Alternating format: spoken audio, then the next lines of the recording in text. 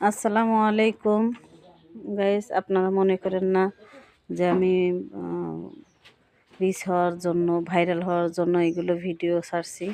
এগুলো টাইম লাইনে রাইখে দেওয়ার জন্য ছাড়ছি, যাতে সামনে আমার কাজে লাগে। কারণ আমার বাড়ি থেকে বের করে দেওয়া হয়েছে খুবই পলিটিক্স সহকারে।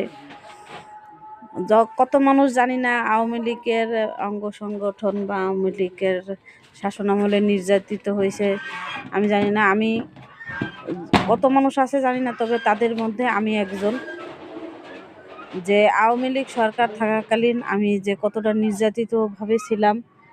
আমার হাজব্যান্ড একাধিক বিয়ে শাদী করছে, এগুলোর সমর্থন সব আওয়ামী লীগের নেতা টেতা ছিল। এখানকার যারা পাতি নেতা আছে, যাই হোক বড় নেতাও হইতে পারে।